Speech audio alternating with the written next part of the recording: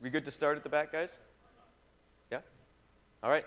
So I got the little green light, so it means we're ready to get going. So first off, I wanted to thank everybody for coming to the session. I really appreciate it. My name is Mike Flasco. I work on the OData team. And in this session, we're not going to do an introduction to OData, but what we're going to do is spend some time looking at kind of the common use cases for OData and how you can use OData to connect kind of any data source over the web to any device. So given it's early and the party was yesterday, I feel like we need to quickly set some ground rules for post-party session etiquette. I have very strict rules here. First one is if you look like this dude and you're struggling to keep your eyes open, I won't feel bad if you need to kind of drop away. I'll try my best to keep you entertained, but don't worry about it. Second, look at your neighbor. If he's looking a little rougher or she's looking a little rougher than you are, give them a little space. If they need to do a little post-party yoga, let them do it, This guy's obviously showing a move, so feel free to do that. I won't feel bad. But let's just jump right in. So last year, we kind of introduced OData for the first time at last year's keynote. And so what I wanted to do quickly was just flash back to that, kind of set context, talk about what we've been doing over the last year since we kind of announced OData, then take a little bit of a look ahead, and then just jump into code.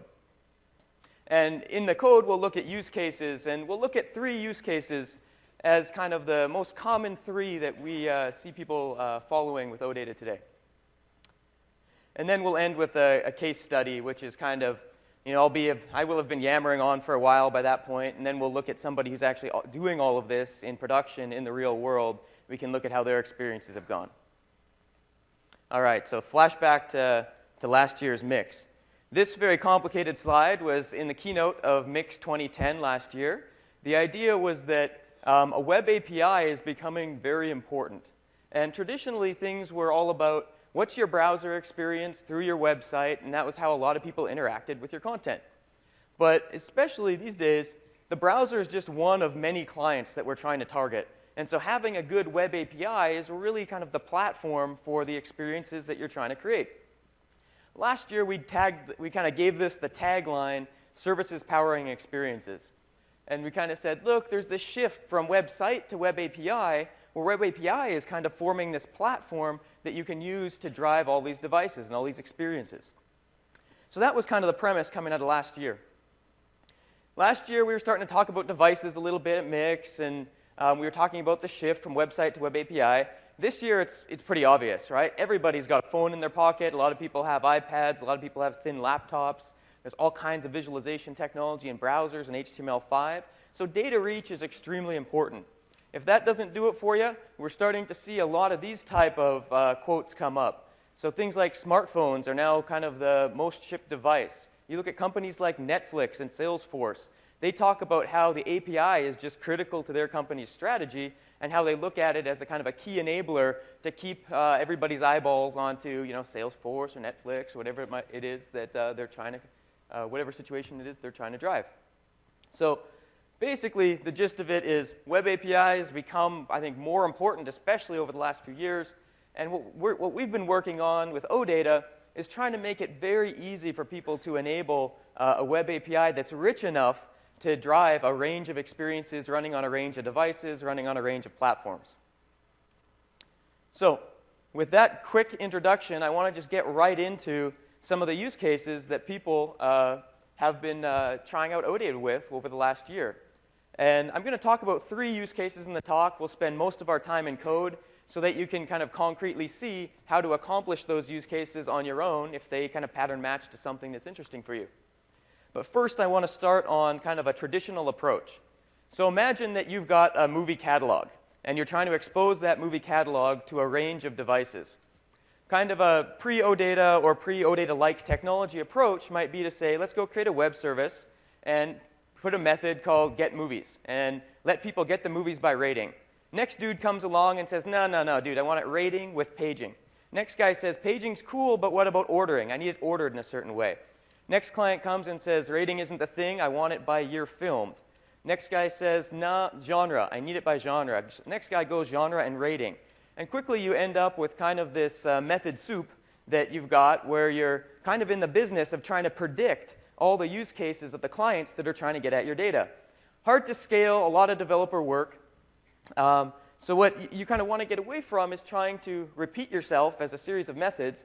Most of the time, you've already got kind of a logical model in your mind of what your data looks like. In this case, you have movies. Movies maybe have actors. Movies have directors. They've won an award.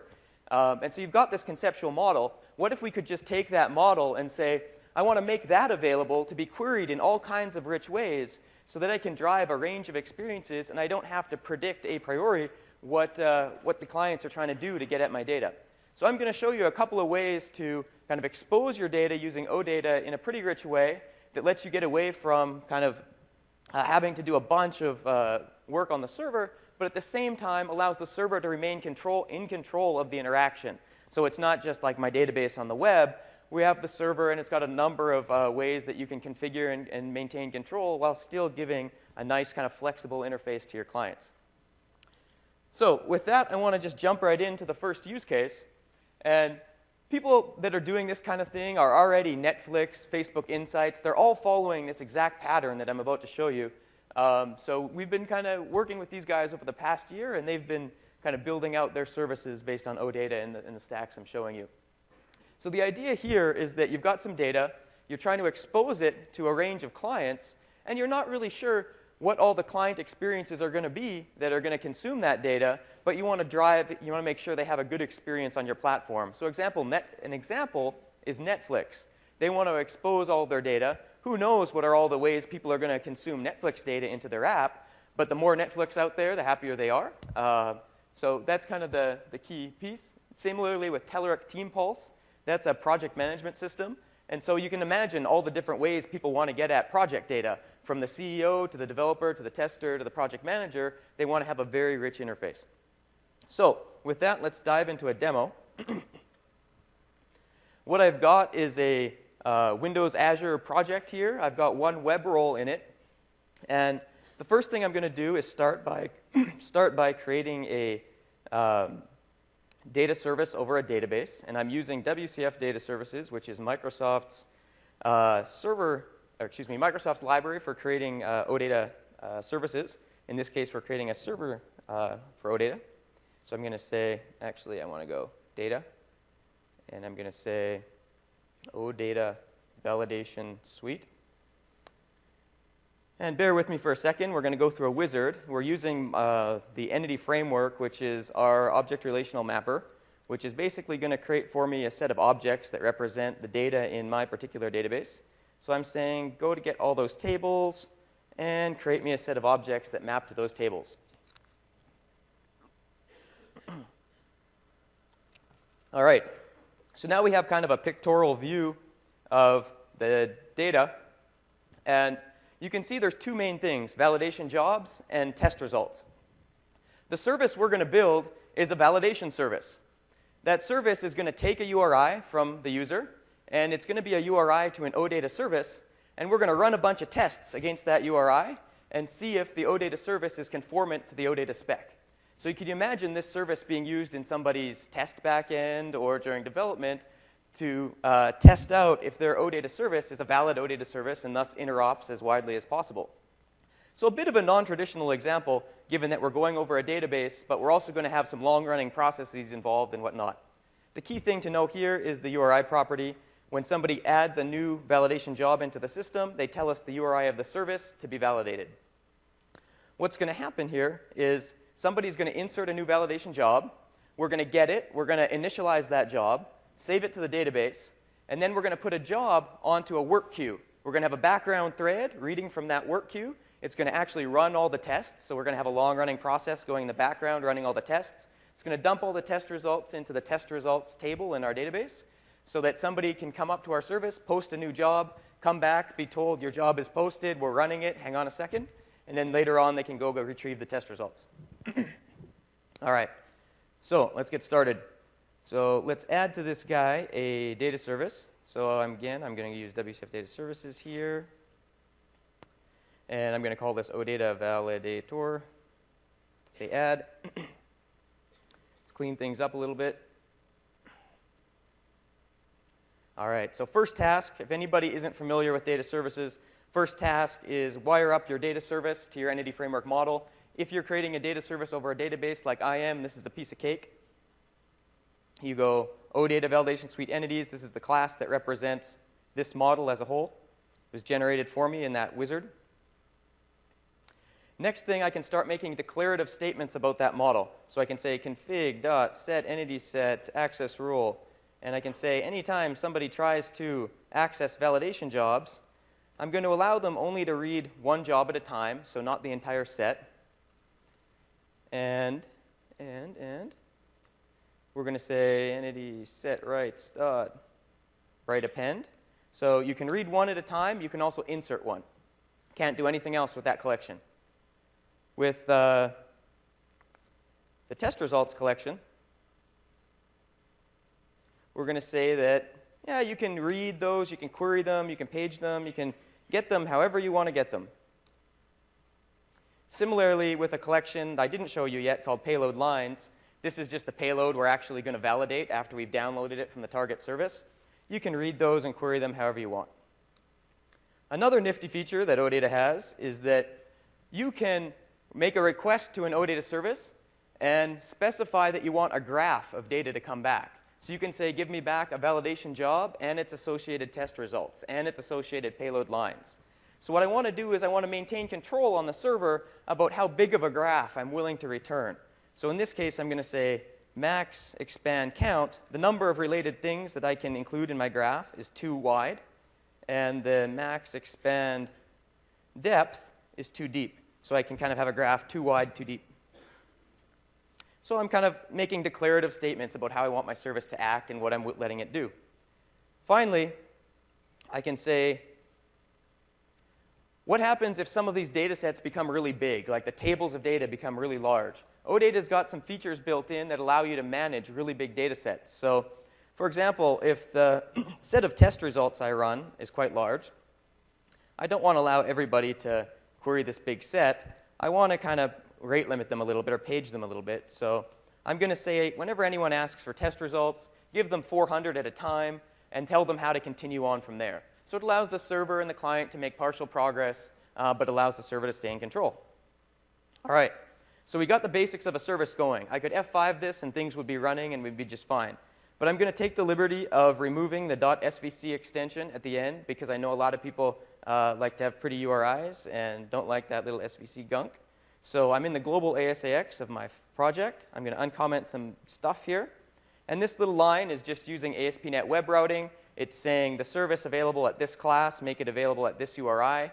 So we can go to /OData validator, and that's going to be the URI of our service. No more .svc or any extra gunk. So nice and pretty URIs. And if we take a look at this guy in the browser now really quickly,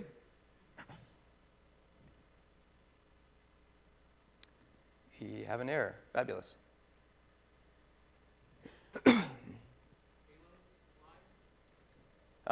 Thank you. That would have been tricky for me to find. Thank you. Anybody who wants to continue to help me in that way, please do. But if you're wrong, I don't want to hear it. So now I can say things like test results. I'm going to, if you can't see this, let me just zoom in. I'm going to say test results, filter, OData level equals to core. So I'm just saying give me all the test results here that map to the kind of core test results. And so I've just asked a query against the service, and I'm getting back all the test results. These are test results that I put into the database before the session so that we'd have something to look at this point. So just a point that, hey, we've got a working OData system at this point.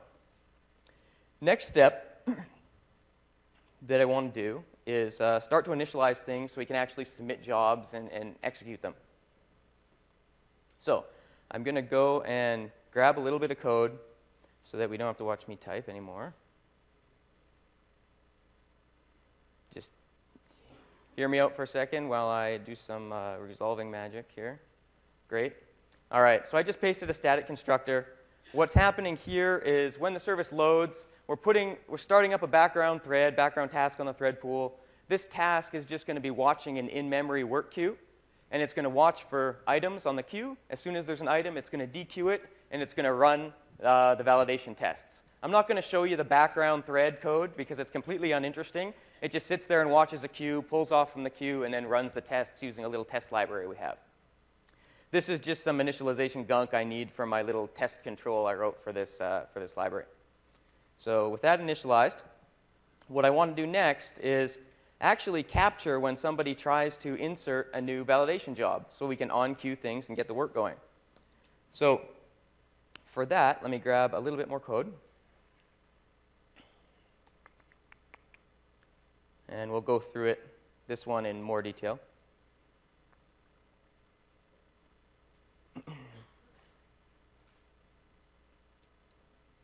All right, we should be able to build now. Great. So what I've done is I've pasted in what's called a change interceptor. This method is going to fire every time somebody tries to insert into the validation jobs collection.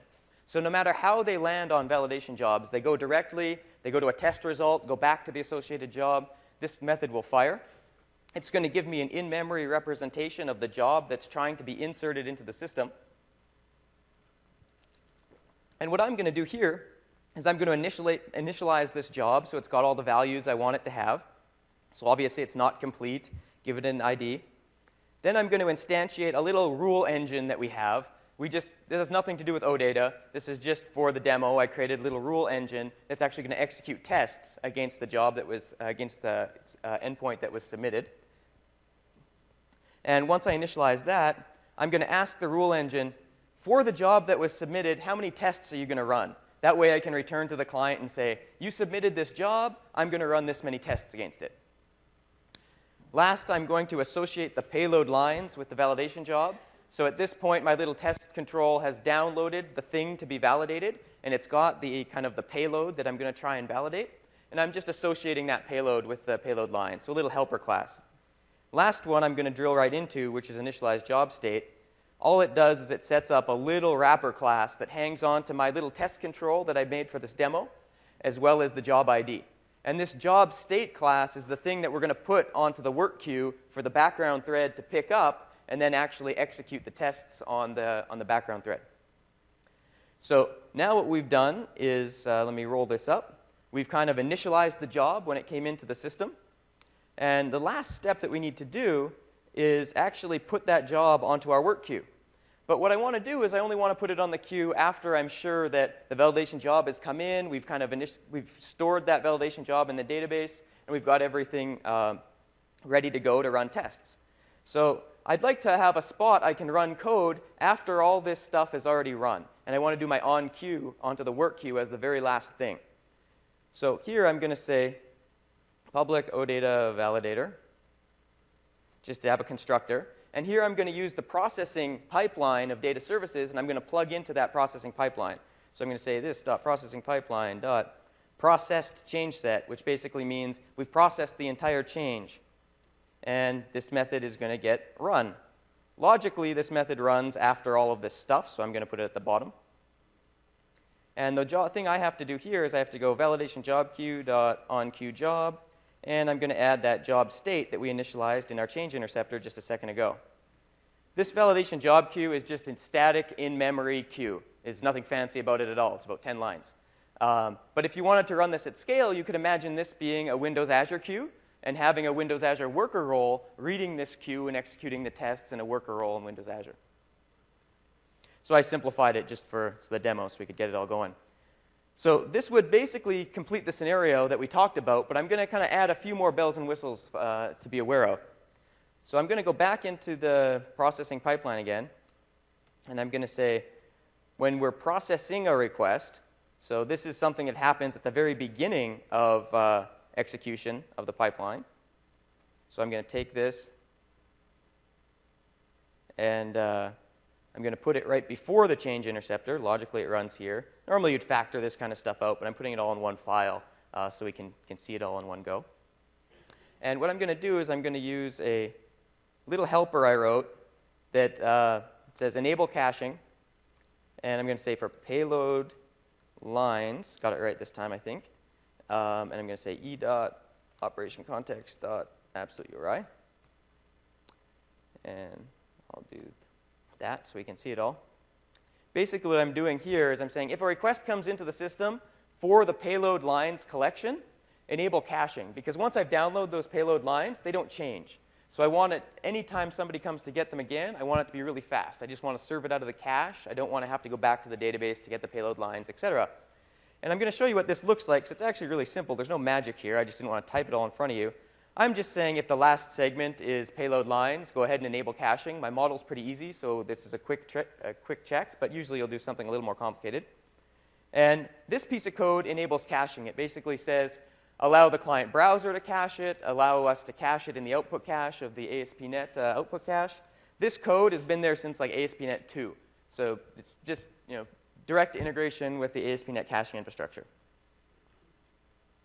So now we've kind of initialized everything. We've made it fast with caching.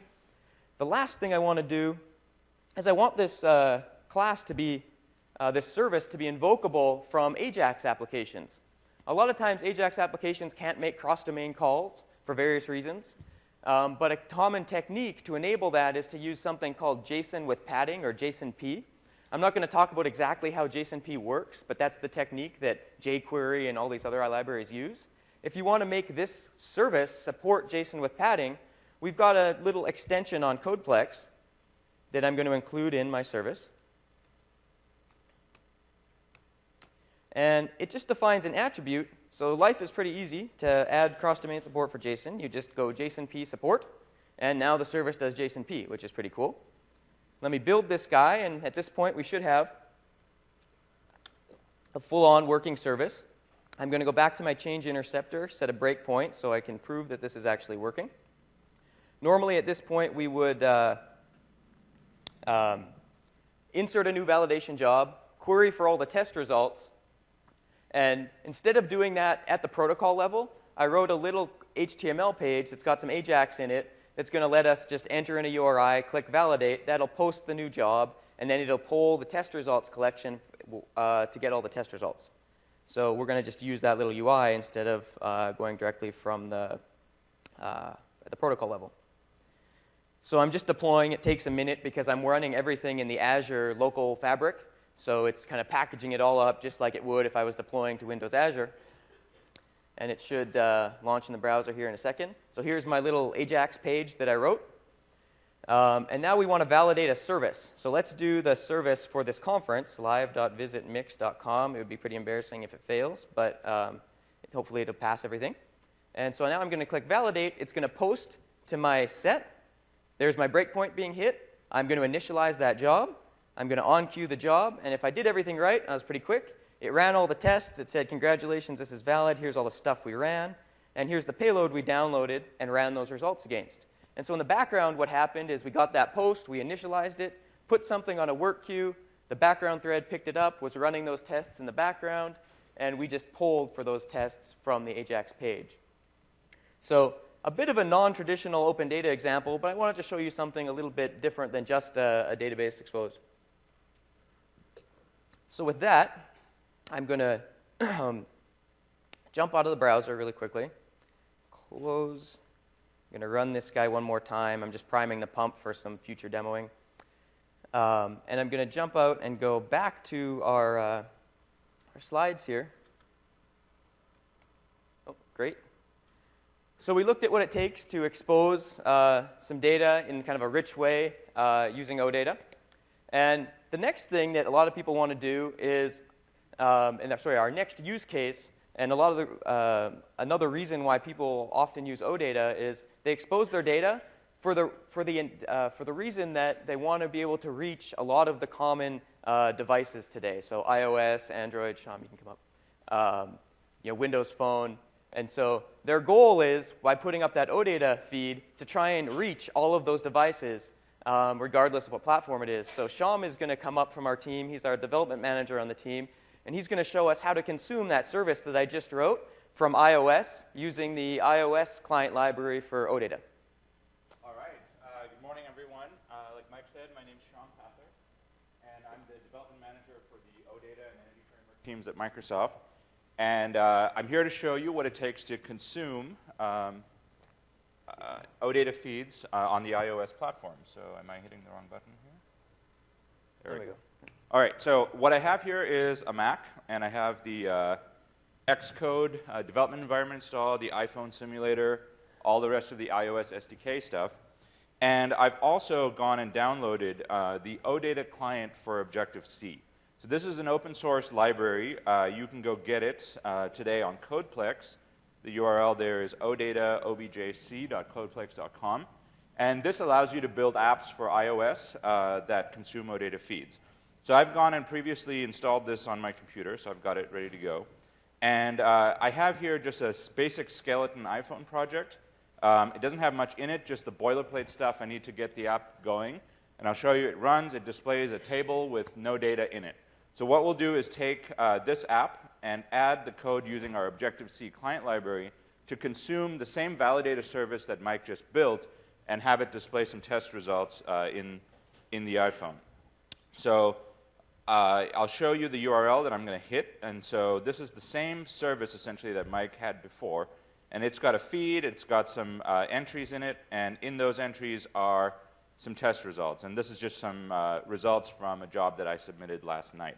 So we're going to go ahead and grab the URL of this service. And we'll use that to start getting the app going. So I'm going to just copy and paste that URL. And we'll go to our command line here. And the first thing I need to do to get going with the Objective-C library for OData is run a tool called OData Gen. And so this is a tool that, given a URI to a service, is going to go off and figure out what the shape of that service is, and will generate for me some Objective-C classes that correspond to the shape of that service. So if I look here, there were some files generated for me, OData validation suite entities.h and .m.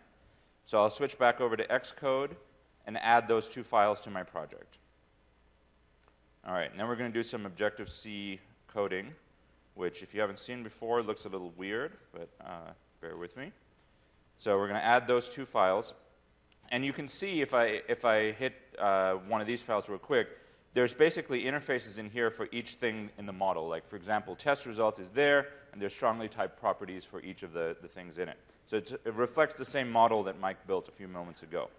Great, so we have those files in our project. Let's go over to our app delegate, which is sort of the application start point for the application. And what we'll do is go ahead and create an OData context, which is our starting point for working with the library. So we'll say OData validation suite entities, which is our context class. We'll declare that, and then we'll allocate one of them, and we'll initialize it with the URI of the service. And I can just paste the one that I described before. We don't need any credentials to hit this service, so we're good to go there. And then we'll create a data service query to go query stuff. And that just reminds me I forgot to import the header files here. So we're back in a language here where you kind of need to think about header files and so on. But we'll just do that real quick. So, oops. Like that. So we've got our header files. We've got the data service query. And now we'll do a similar thing here. We'll take our data service query, we'll allocate one, and we'll initialize it with the URI of the thing we want to query. And just going back real quick to the browser, the thing we want to query is this validation jobs with a particular GUID, so that'll be one job, and then find the associated test results. So I'll copy that, paste that here. Did I put that in the wrong place? Sorry.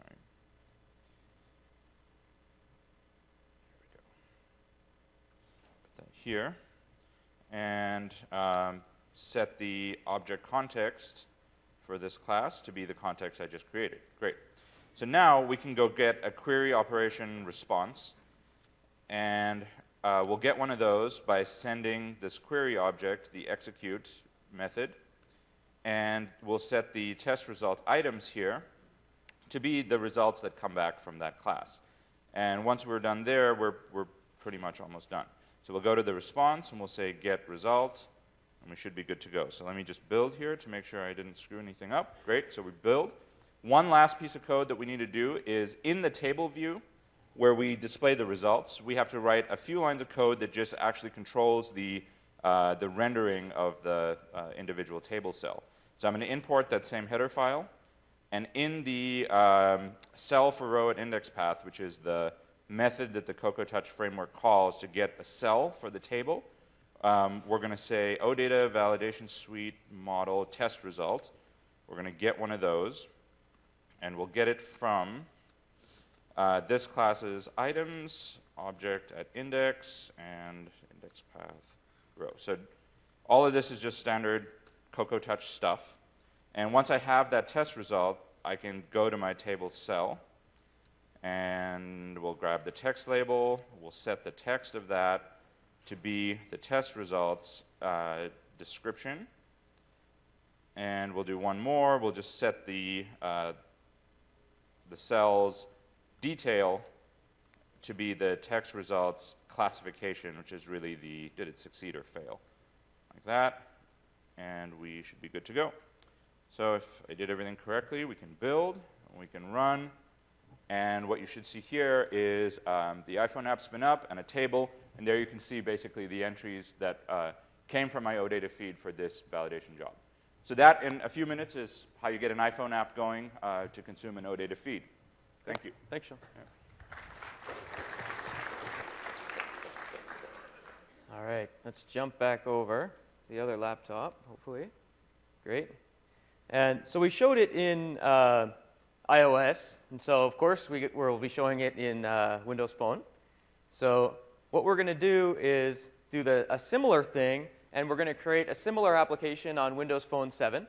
And it's going to be an app that looks pretty much like this. You can see it's kind of a mock-up right in front of us. It's going to describe everything that happened. There's been a lot of talks already at this conference about how to build a basic Windows Phone app, and there's a bunch of recordings available. So I'm not going to do the app from scratch like Sham just did, but instead I've got a full MVVM OData app already created here. I'll make it available with my session content if you want to go check it out. We also have good walkthroughs available online to recreate exactly what I have. But instead, what I want to do is just touch on two quick things.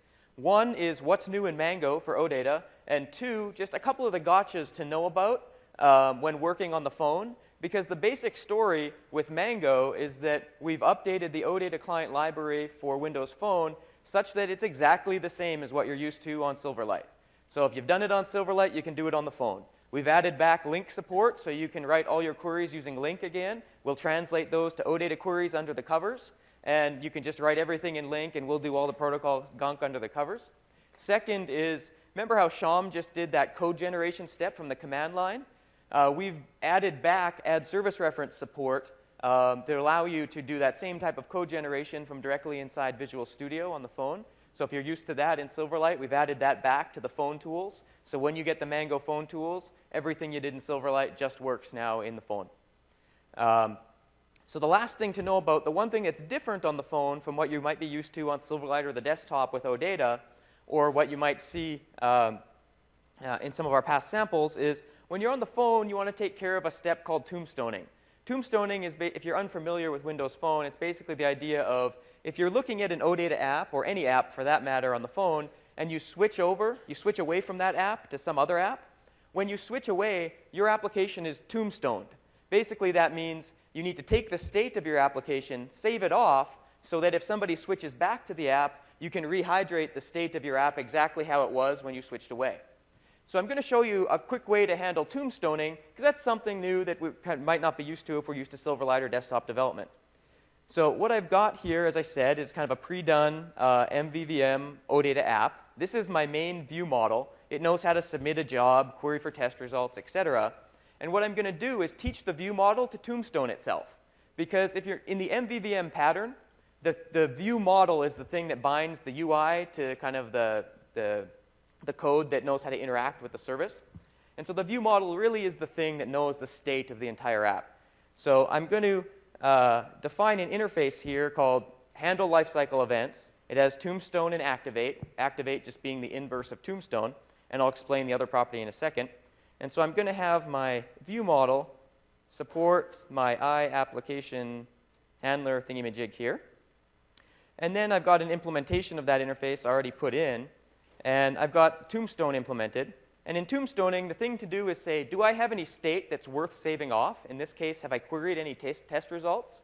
If I do, then I want to save off that state. And the way you do it is we've added this data service state class. So if you don't look at anything else, just look at the highlighted line. That's the one to know. You can use that class. It makes it really easy to save off all the state that you've used in your OData app. And that converts all of our state to a string. I'm going to then go to the phone application service and say, here's my state. If you need to purge it to disk, go ahead and purge it to disk. I also put this one other little token in there, and it's just a count of all the things that I've queried before from the service. I'll explain why I did that in a second. And I've got an activate method here. This is just the inverse of Tombstone. You can see it deserializes using that same object after I pull it out of the phone application state bag. And I get back the test results. And then I have an init method in my view model that takes back all of this state and knows how to rehydrate the view model based on the state that's coming back. Last thing is in Mango, there's this fast application switching that's supported, which basically means if you're in the app, you switch away from the app and you switch back, it may not have actually purged your application state from memory. It may still be there. And so if the state is still there, you don't want to do the work of rehydrating the view model. And so that's called a fast app switch. And so I want to be able to detect that. And so I'm just doing a really cheap detection to say, if what was in memory at the time of tombstoning is still there, then I just fast app switch, no need to do tombstoning. So I'm going to go now and hook up this, this tombstoning code to the events of the phone. And for that, I'm going to go to the application class, which is a class that's kind of for the entire application. And I've defined a little property called tombstonable view model. And I've wired up two event handlers. So this one will fire anytime the app is being switched away from. And so here I can just say tombstonable view model.tombstone. And that'll wire up the event to the tombstone logic for whatever the active view model is. And finally, when I get rehydrated or reactivated, I can say if not tombstonable view model. So if I'm not fast app switching, I need to actually rehydrate my state. So I can say tombstonable view model dot activate. So quick thing to be aware of when working on the phone. This is the one gotcha to know, so that when you go and try to do this afterwards, this is the one thing to kind of catch. We've noticed that it's not immediately obvious you need to handle this kind of stuff. So we tried to provide a pattern to make it easy when you're using OData on the phone to handle this. So let's run this app really quickly.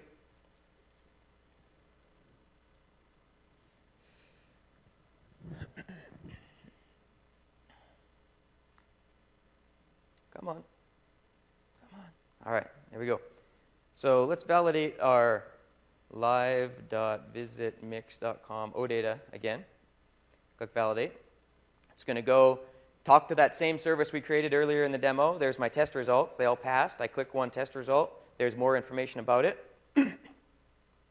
And now if I switch away from the app, my tombstoning stuff should get called. So I'll switch away. Tombstoning stuff is called. Great. Let's keep going. I saved off my state. Now if I want to go back, I need to be able to rehydrate if needed. So let's click back and see what happens. Click back. We detect if we're fast app switching. In this case, we are. No need to rehydrate. Keep running. And we're back to the app in the state it was. So that's the one gotcha to know. Everything else is just standard Windows Phone, MVVM, OData. It turns out the OData library, we spent a good amount of time trying to make it so that it was really easy to integrate in with the kind of MVVM pattern that a lot of people use on the phone. All right, so let's jump out of here. Yes. Great. And go back to our slides. All right. So we looked at now how to expose our data, how to consume it from a couple different devices. One thing I wanted to call out was I used the .NET framework and the WCF data services stack to create my server side. There's other libraries available if you want to create your server side using Java, for example. There's a project called OData for J available off of odata.org. So you could do the same type of thing in Java if you wanted. So on the phone, oftentimes you're concerned about how much bandwidth am I using, what's the latency. There's a number of constructs built directly into OData to make it so that the device can ask only for the data that it needs. So we have things like paging and filtering and projections so that you can get down and ask for only the data you need to really shrink the payload. And in the next session, we'll talk about how we're taking that even farther to make these payloads really, really tight. And then to limit round trips, we have this ability to ask for graphs of data in one round trip through this $expand primitive. And so using $expand, you can really limit the number of round trips you need to make between phone and service to get all the data you need to hydrate your view model. All right. So with that, I'm going to jump to our last scenario. But before I do that, I want to mention the validation tool that we've been using. We've actually created a production version of it. It's currently available from validator.odata.org. And you can basically use it to validate all of your OData implementations. It only supports a subset of tests today, but we'll continue to grow it over time. So last scenario we want to support with OData is breaking down application silos. Basically what this means is there's a lot of apps out there that you put a lot of data into or generates a lot of data on your behalf. But oftentimes it's hard to get data out of that app or use that data in different ways, like consume it from a device, consume it from Excel, consume it from a visualization tool. And so there's a lot of companies that are integrating in OData directly into their app, whether it's a CRM system or a project management system or CMS systems. So what I want to do is just show you an example of that using WebNodes. WebNodes is a CMS system created by a Norwegian company just named WebNodes. And they create a semantic CMS. And what that means for them is that they have a CMS that really tries to maintain the structure of all the data you've given it. That way, it's got the structure and the relationships of the data. It can project out your data as an HTML page, as an OData feed, as any other format. And they've integrated OData natively into their CMS so that they can, you can easily get at all of your WebNodes data from a device, from an AJAX page, whatever. So I'm going to show you that, the WebNodes project in action. We've done similar things with SharePoint as well. So there we go. I'm trying to get back to my thingy here. And so let me fire up a couple of demos. Go back here. So this first site is actually being driven by WebNodes. It's Explore Norway. And it's just a demo version of a fuller site that they run in production. And I'm going to just go to the OData, OData endpoint behind this. And every piece of data in that CMS is exposed to me for consumption programmatically from the phone or whatever it might be. So I can say, give me the first 2 articles. So I just issued a query, give me the 2 articles. And they're going to give me the article information, and they're even giving me URIs to paragraphs of the particular article. So I can drill all the way into any piece of content from WebNodes programmatically here. Similarly, I can now go to a JavaScript page that's consuming that OData feed. And so what they've done is they've consumed all the images from that CMS, from that website, through JavaScript. And they've made a little nice demo page. So I can also filter. I can say, give me only the photos from Norway. Click on one of these. And you can see down below here, at the bottom, right here, this is actually the URI being generated by this demo. And so all of this is just being consumed by the OData feed. And we've got one more example with WebNodes. This is a children's charity in Norway called Red Barna. They run WebNodes to kind of manage their charity, keep people up to date with what's going on, take donations, etc.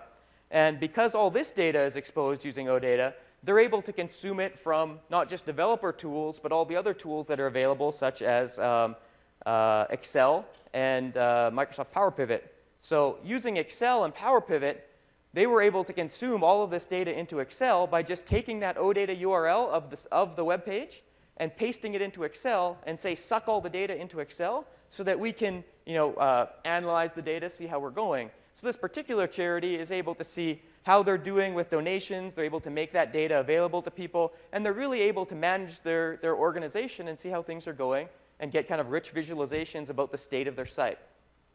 And all of this data is just live, hooked up to the OData feed for that Red Barna site.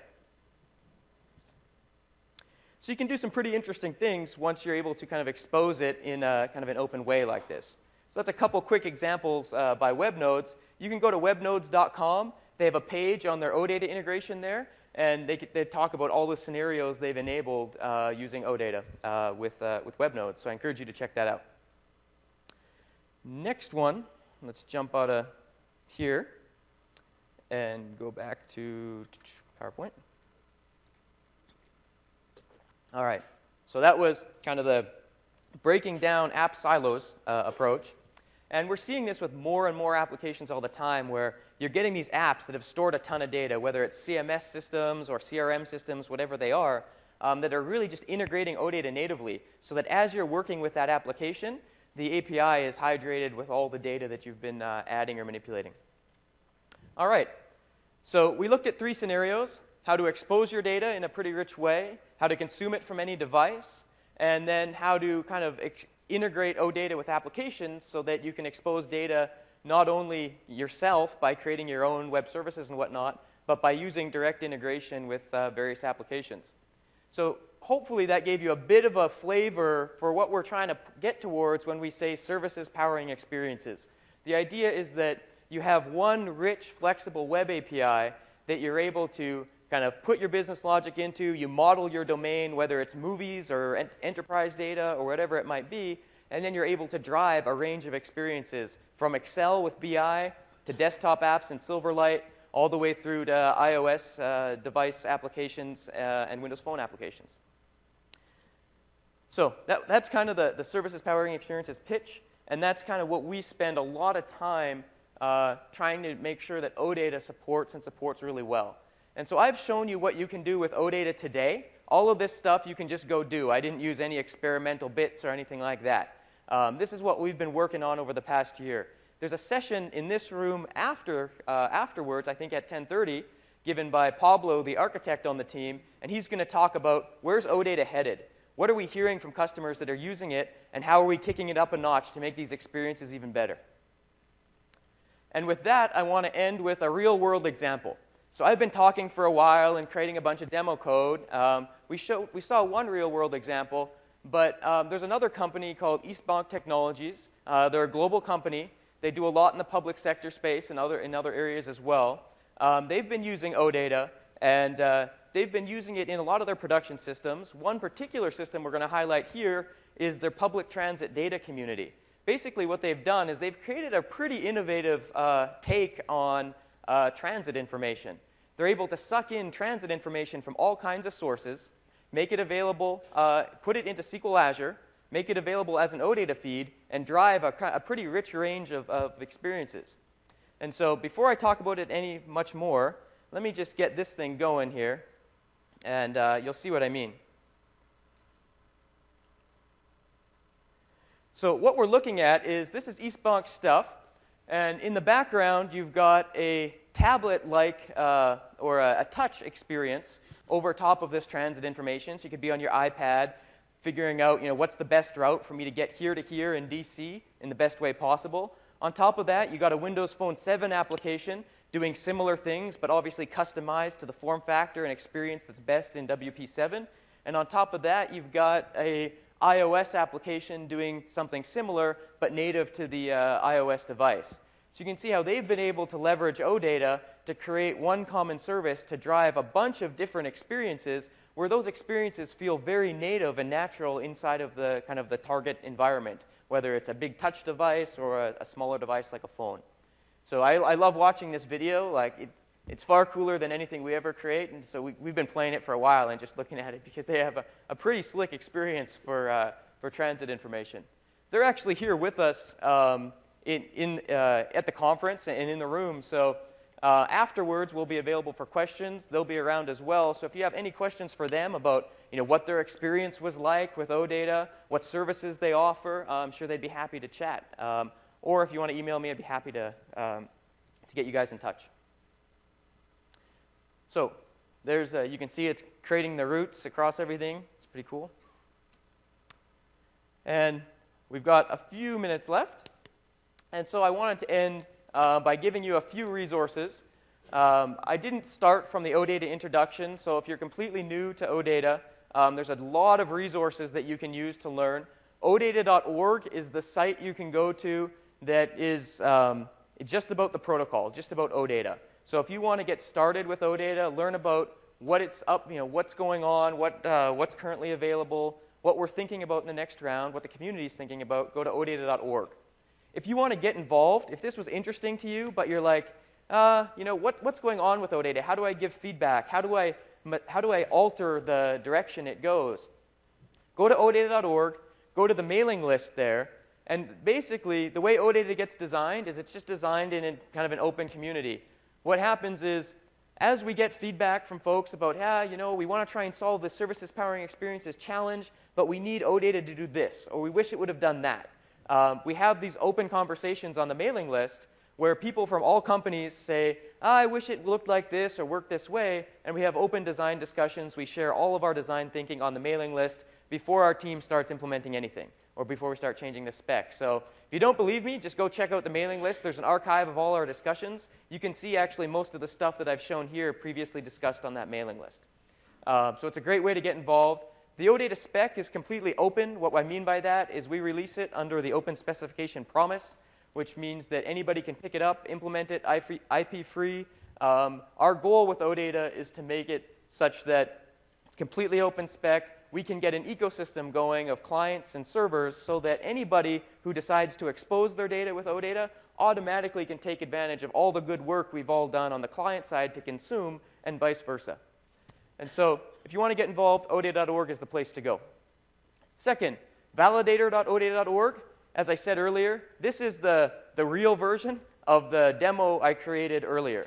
So we actually created a real version. You can hit that today. You can start validating OData URIs. And it's in the alpha stage right now, so it runs just a few tests. I think there's only a maximum of like 30 or 40 tests that it'll run. But we're trying that each week or so, we'll be adding more and more tests. So you'll have a very rich tool over time that you can use to validate your endpoints that you create. And then finally, msdn.com/OData. If you want information about Microsoft's implementation of OData, that's the place to go. We've refreshed it recently with a bunch of new content. But if you want information that's about any of the other libraries, odata.org has that available for you as well. Last thing, there's a bunch more OData content coming today. As I mentioned, after this is kind of the roadmap or futures for OData that we've been discussing on the mailing list. Pablo's doing that, and there's a few more sessions after that as well. With that, I want to thank you very much for your time. I appreciate coming to the 9 a.m. session. If you have any questions, I'm happy to answer them here or email me. Thank you very much. I appreciate it.